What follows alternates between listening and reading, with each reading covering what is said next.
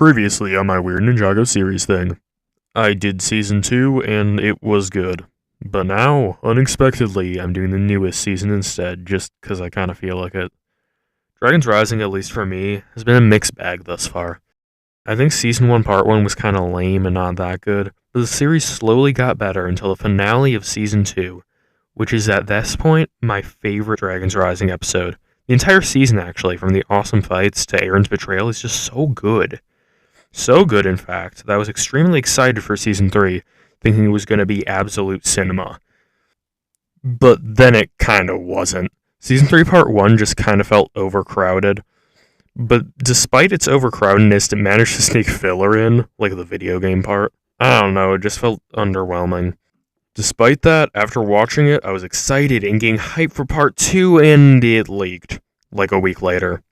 It sucks, I hate leaks, and I avoided them the best I could for about a month, but then I caved in and watched the first 8 episodes, and I guess my thoughts on them will be revealed later, but it's clear to me that it needed some major rewrites. So that's what I'm here to accomplish today. But first things first. Part 1 was strange for me. I've never seen something set up so well, only for it to shatter those expectations, and not in a good way.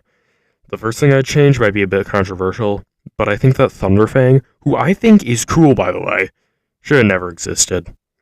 My guess is that LEGO was just like, big dragon set, and didn't think about how it would add yet another plotline to an already full season.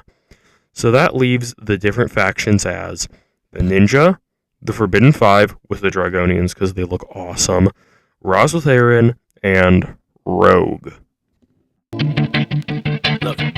Now, Rogue is interesting because I was hoping for one specific twist that they didn't do.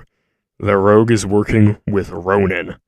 Think about it. They're both bounty hunters, they both wear that one kind of hat, and Ronin would honestly have fit in so well with the apocalypse vibe of the last 2 episodes with his junky, scrapped-together outfit.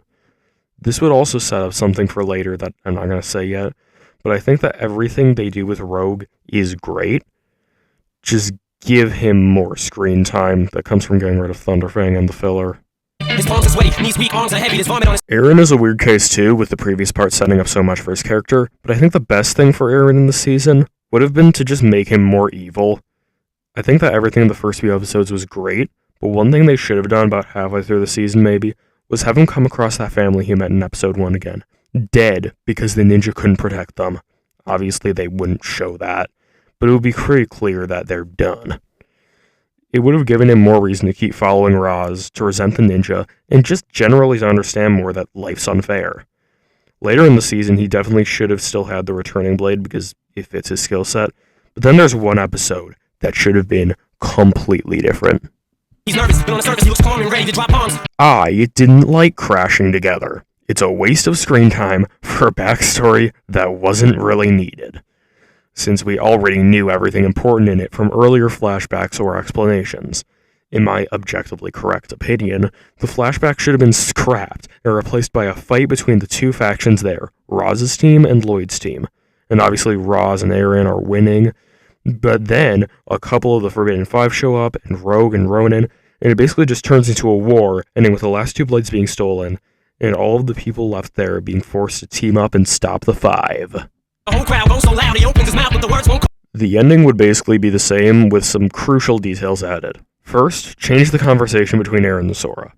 How this conversation should have gone is Eren trying to convince Sora to join him, causing her to be skeptical, and then she tells him basically the same thing as the original scene, but clearly doing it reluctantly. Second, have Eren win the fight against Noct when he's protecting Roz, because that would have gone so hard. Lastly, have Ronin join Roz as well as Sora, him being consumed by the promise of power, while Rogue has some signs of redemption as he goes with the ninja. Oh, also, just one more thing, Eren still beats the Forbidden Five using the power of friendship or whatever he did, just because it challenges Roz's beliefs.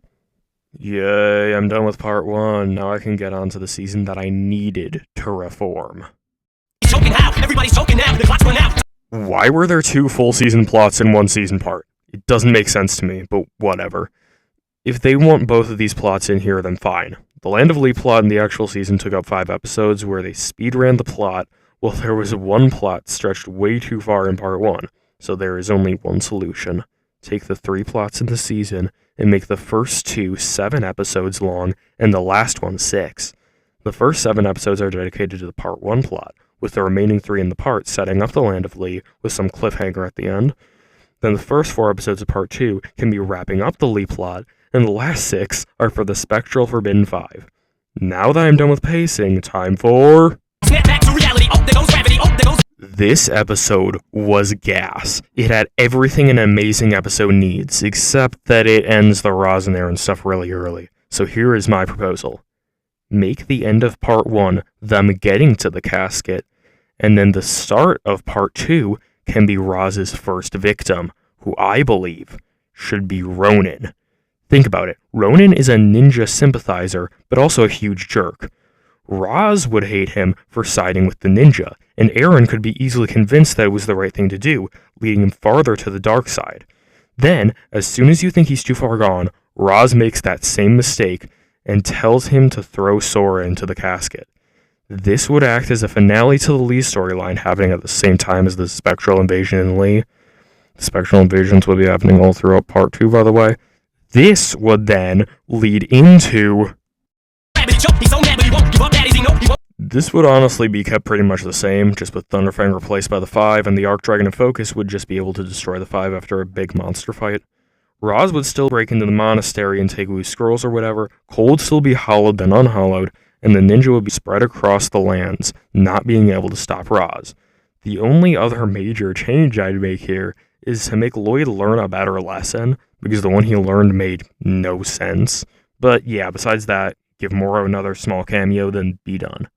I tried to get the same ending point for the season, because obviously they're planning on doing something with that, I hope.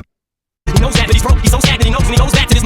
Dragons Rising Season 3 is not a bad season. Far from it. It has some big problems, and getting rid of them would solve so much, and maybe even make it better than Season 2 Part 2.